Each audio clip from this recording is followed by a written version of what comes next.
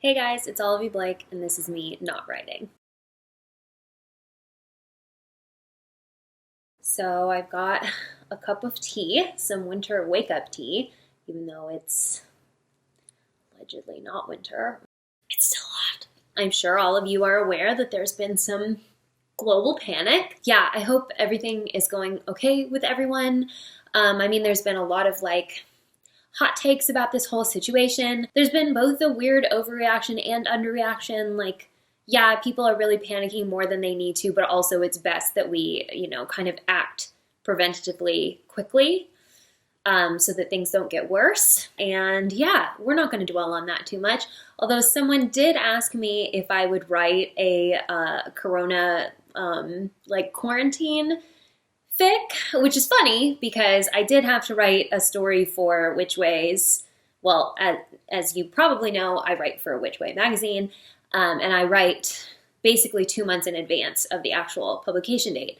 So the story that I've written today for the May issue is actually about a quarantine it's kind of like a mashup of the show Chopped, where they have to cook with random ingredients, but then also The Bachelor, because it's kind of also a dating show. I heard that The Bachelor is doing a new show that's just about musicians finding love, so it's kind of the same thing where this is about chefs finding love, but they all get quarantined together. Mostly I wanted to write about food and kitchen witching, so that's what's happening. So anyway, I'm not sure if I would write a fic because I'm already writing a story. But who knows? If I have time, maybe I will. Anyway, let's see. What else can I tell you? Nothing too exciting. Stay calm. Don't panic, but also stay home if you can. Just because the fact that the coronavirus has such a long incubation period means that since none of us are able to get tested, none of us know if we have it or not, which is so exciting and great. Anyway, let's move on. Oh gosh, I totally forgot. So also, I did finish making an audio recording of A Year in January. That is available. I did it as a podcast basically because I figured that was the easiest way that you guys were going to be able to listen to an hour-long story. So the link for that is going to be in the information for this video, and then I will also put it in last week's video as well. Sorry that it cut off at such an awkward place. I actually did end up reading the whole thing, but because I was so panicked about how long it was taking, I just started to speed up a lot, and then I felt like it wasn't all that easy to understand. So did the audio recording. Thank you for your patience. I will probably do some recordings of other stuff too. If you have a suggestion that you'd like to make, it does have to be one of my original stories. And if it's something like, I really would like to read Captain MacGyver's Ship of Souls. I think it's very likely I would do that, but I would probably have to do it in parts because it's quite a long story. But anyway, if you have anything that you'd like to hear as an audio book, please do let me know. Just pulled up my notes for Love in the Time of Dystopia. So that's going to be out in May. I don't know if it's going to end up in the Which Way anthology that's coming out in August. Unclear, probably not, but unknown. We'll see if I like it better than one of the other stories I've done in the past, and then it'll replace one of those. Okay, I'm taking forever. All right. So this is just a cute little thing. Hi, Olivie. I was wondering if you were into astrology because I've seen some references to it, and it makes me excited because I'm super into astrology. I like astrology. I think it's fun. I also read tarot cards and stuff like that. I believe in everything. People have asked me similar questions about religion as well. I was raised Catholic, and I still have sort of there is part of me that enjoys the ritualistic aspects of Catholicism. I like in a romantic sort of way that I could go to Mass anywhere in the world and it would be the same Mass no matter what. Stuff like that kind of appeals to me. I also love the art that's involved in Catholicism. It's just got a very strong aesthetic, which is important to me. But anyway, the only reason I am bringing this up at all is to say that yes, I like astrology and I know sort of a fair amount about it. My sun sign is Aquarius, my moon sign is Sagittarius, and I'm supposedly a Virgo rising, even though the first time, that's what CoStar, the astrology app, told me. But when I calculated it before, I was a Gemini rising, which felt more correct to me. So I guess I should need to check on that. But anyway, the point is, there is no point. The point is, yes, I like it. If you want to talk about astrology, go ahead. I actually do make a point to make, whenever I talk about a character's birthday, I have considered their zodiac sign. So not too many of my characters have birthdays, but Theo does. It's mentioned in Commoner's Guide a few times. Daphne does. And then I also take note of it. I don't think in many of my books they have birthdays. I didn't cover it at all in the Atlas 6, but I really should, because I feel like a lot of them are pretty defined. I should do that next time. All right, next time I'll come back with zodiac signs for the Atlas 6 characters. It'll be fun for everyone, mostly me, maybe only me, but for me. Hey Olivie, I hope this month has been treating you well. I don't know that this month has been treating anyone well, but it's been okay for me. I mean, the thing is, with everybody like deciding to work at home, siren. So with everyone else working from home, it's kind of cutting into my work time. I've noticed that people actually do not think that I work. Like, this is becoming clear to me, is that now that they're not in an office, they think I'm free. So like they're like, oh, let's go have lunch and let's go do these things. And I'm like, my workday has actually not changed. I work all the time, even though it looks like I don't, because I'm sitting in my house. And I'm supposed to be social distancing anyway. But yeah, I'm actually almost done with my YA book. I'm going to schedule to finish writing next week, which is going to be, wow, I'm full of tangents. Anyway, YA is tough to write, man.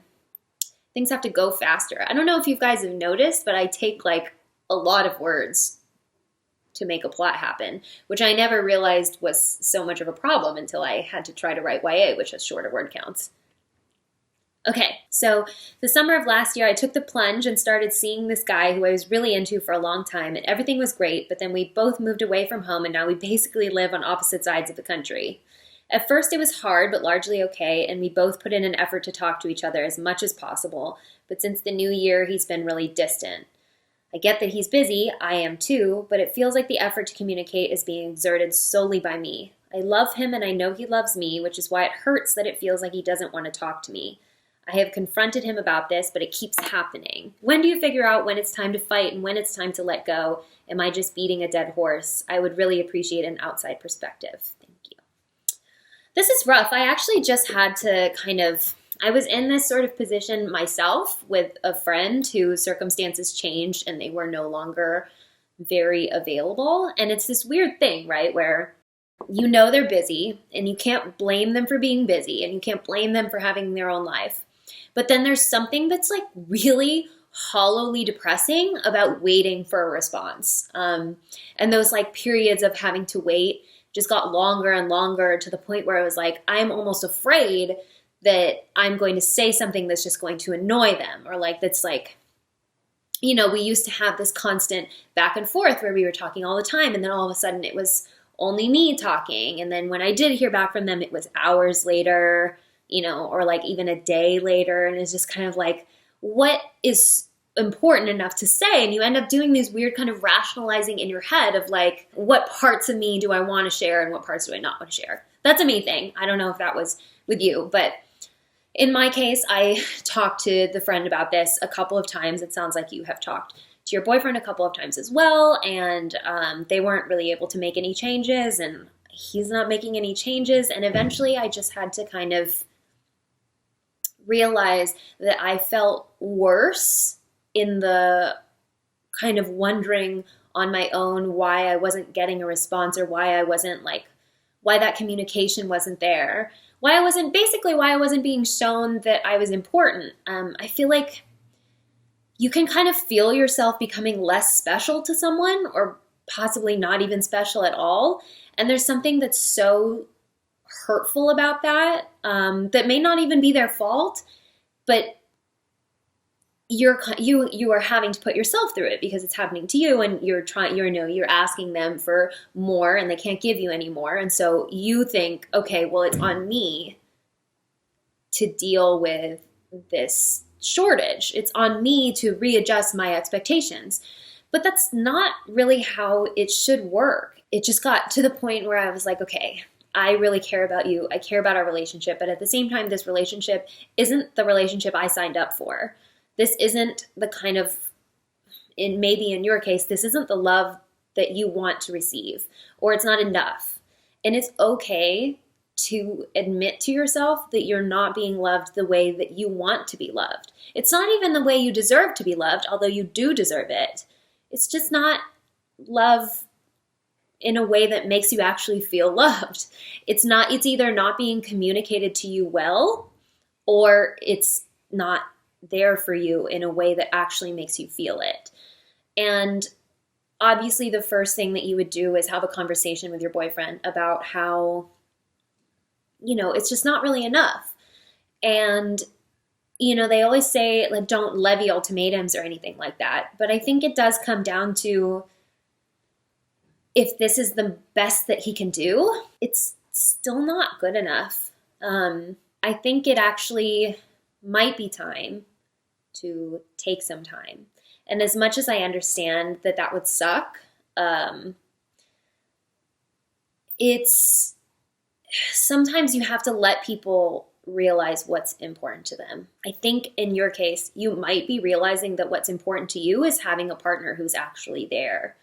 And maybe not there physically there, but there at least communicatively there. And right now your partner isn't that. And I think at some point you have to realize that it's not your job to fix it.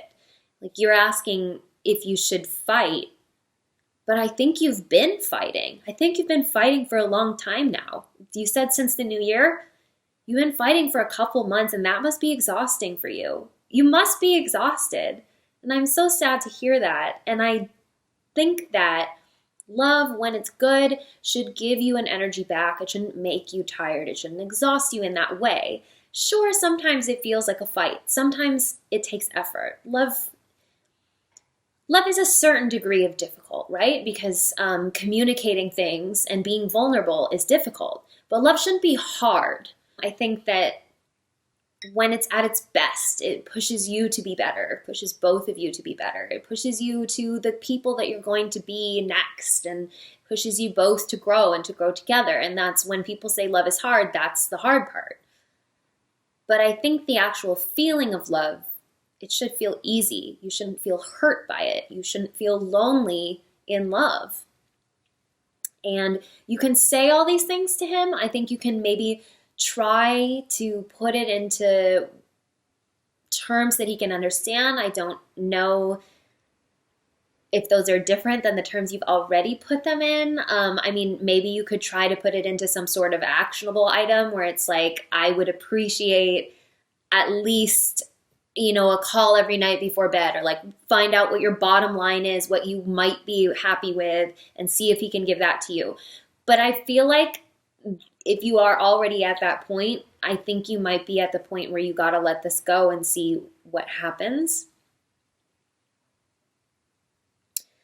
I think that it's definitely possible to love someone and to be loved by them and to have it still just not really work out.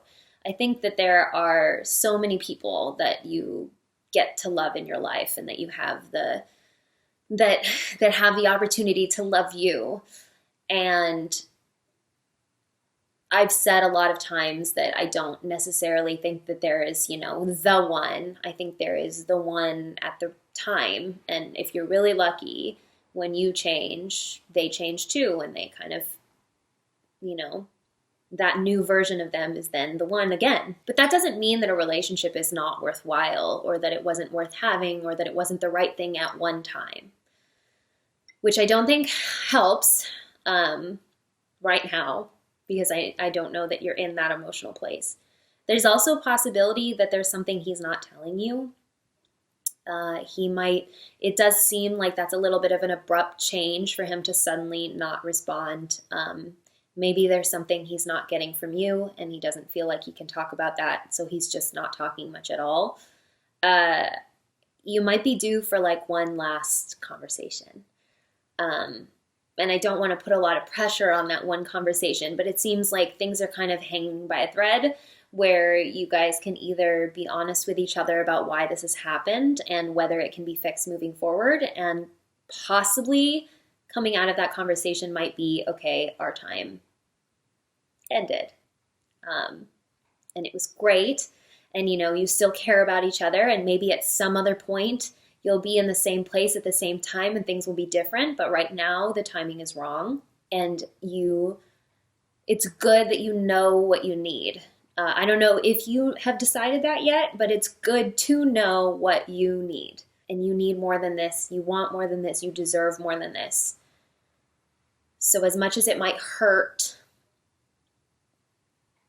as much as it probably will hurt either way to have this conversation, I think for me, just the admission that like I need something that you're not giving me, it sucks to be the person who needs things. It's really awful to put yourself in that vulnerable position of, I want to be okay with what little I have, but I have too little. That can be really painful, even if he does give it to you, even if he does say, oh my gosh, I didn't realize, and here's what's happening, and from now on I will do XYZ.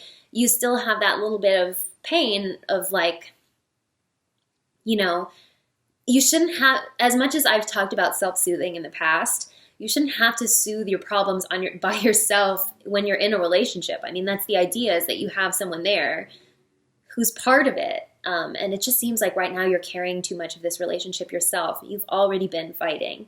So I think now's the time to see what life looks like without him. Because I think you might be surprised, because taking the stress in your life out of the wondering why you're not hearing from him and wondering if it's appropriate for you to try to talk to him now if he still hasn't answered, or kind of the like anxiety of, is this relationship working, bringing that to a close might actually give you a lot more peace than you think. So I'm sorry that's not the most uplifting answer, but sometimes what's necessary is what's hard. And it doesn't have to mean the end forever. It just might have to mean the end for now. So anyway, yeah, well, you guys haven't needed me much for anything, but thank you for being around and for reading my new fic, and hopefully you guys are enjoying the Atlas 6 and all of that. So yeah. My main job for the Renaissance Fair, by the way, is to sing songs and tell dirty jokes, which is kind of like my jam. So yeah, things are going okay over here. So anyway, good luck with this global pandemic. And I think, presumably, this has been me not writing, and I'll see you again next week.